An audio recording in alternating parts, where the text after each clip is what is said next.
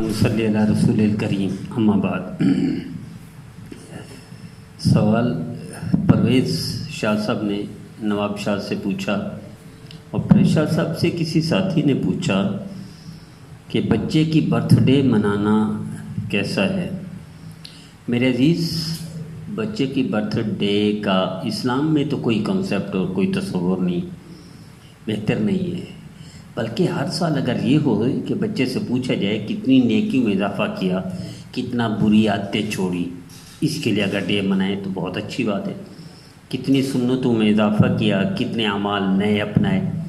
اس لیے کہ نبی کریم صلی اللہ تعالی علیہ وسلم کا فرمان ہے کہ مومن کا ہر دن پچھلے دن سے بہتر ہوتا ہے، اس میں بچہ بھی شامل ہے۔ مثلاً ایک دن آج آپ نے 100 مرتبہ دروشی پڑھا تو کل آپ کا 101 ہونا چاہیے، پرسوں 102 ہونا چاہیے، ترسوں 103 ہونا چاہیے، برابر بنا ہو زیادہ بڑھتا جائے، تاکہ موت کے وقت ہر ٹینشن، یعنی ہر ٹینشن مراد ہر گناہ سے پاک صاف ہو کر اللہ کے دربار میں حاضر ہو۔ تو یہ فکر کرنی چاہیے بچے کے لیے، برتھ ڈے کا کوئی کنسیپٹ نہیں۔ دوسرا سوال ہے کہ بچے کے گھر کے لوگ شامل ہوں اور بچے کو خوش کرنے کے لیے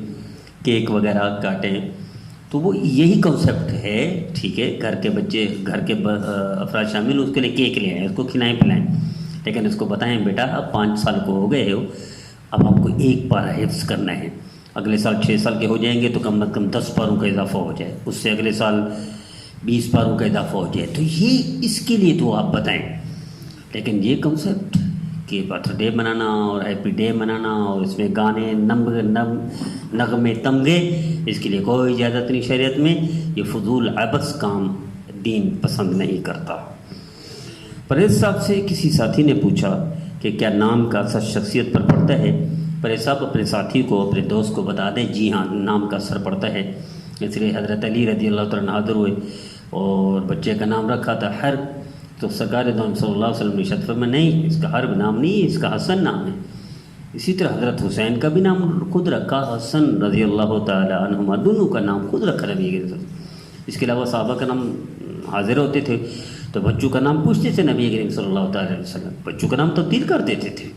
بہت سارے لوگ ان کے نام تبدیل کیے نبی کریم صلی اللہ علیہ وسلم۔ اس کا مطلب یہ کہ نام کا اثر پڑتا ہے، ورنہ حضور صلی اللہ علیہ وسلم جیسی ہستی کیوں تبدیل کرتی ہے؟ نام کا برا مطلب ہے تو برائی کے اثر پڑیں گے، اچھا مطلب ہے تو اچھائی کے اثر پڑیں گے۔ اس لیے نبی کریم صلی اللہ علیہ وسلم کا فرمان یاد ہوگا، ہر ایک گھر میں یہ یاد ہونا چاہیے کہ سہیل جب آیا کافروں کی طرف سے تو فرمایا سہیل آیا ہے لہذا آسانی ہو گئی۔ معاہدہ ہو رہا تھا مسلمانوں اور کافروں کے درمیان، تو کافروں کی طرف سے سہیل آیا تھا، فرمایا سہیل سے نیک فال لیا حضور نے، یعنی سہیل سہل سے آسانی ہو گئی مسلمانوں کے لیے، اب مشکلات ختم ہو گئی۔ تو نام کا اثر پڑتا ہے، نام کا اثر کافر کے نام کے سے بھی نبی کریم صلی اللہ علیہ وسلم نے نیک فال لیا، نیک شگون لیا، اچھا لیا، اچھائی کا مطلب لے لیا، یعنی اثر پڑتا ہے تو تبھی لیا نبی کریم صلی اللہ علیہ وسلم۔ اس لیے سرکار دو عالم صلی اللہ علیہ وسلم نے ارشاد فرمایا اپنے بچوں کے نام انبیاء کے نام پر رکھا کرو،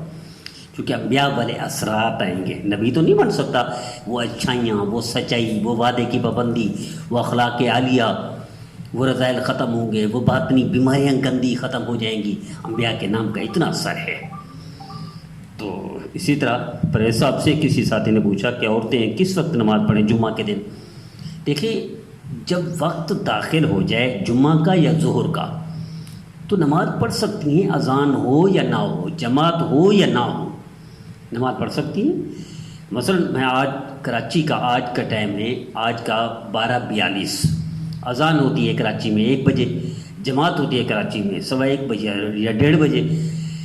تو 12:42 وقت داخل ہو جاتے ظہر کا، تو 12:43 44 پر نمازیں پڑھ سکتی ہیں گھروں میں، مرد بھی پڑھ سکتے ہیں، مثلا مجبوری ہے کہیں جانا ہے سفر میں، گھر میں نماز پڑھیں جائیں،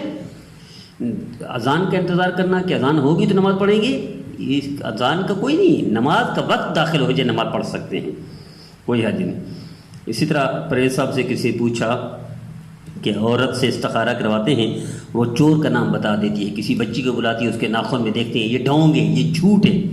یہ فراڈ ہے، اب وہ بچی کا ناخن دیکھتی ہے، اس میں بتاتی ہے کہ مثلا فلاں آپ کے مشرق میں کوئی گھر ہے، کوئی عورت ہے لمبے قد والی ہے، اس نے جادو کر دیا یا چوری کر دی،